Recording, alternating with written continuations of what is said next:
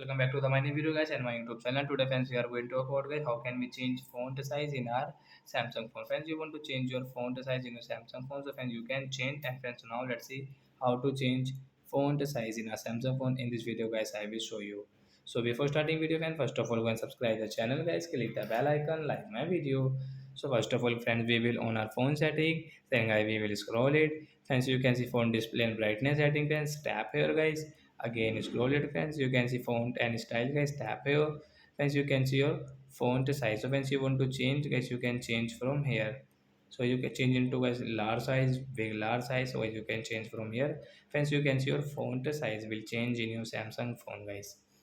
So like that guys, you can use your font size setting. You want to change, you can change in your Samsung phone. So that's it guys, thanks for watching the video guys. We will meet on next video. Bye friends.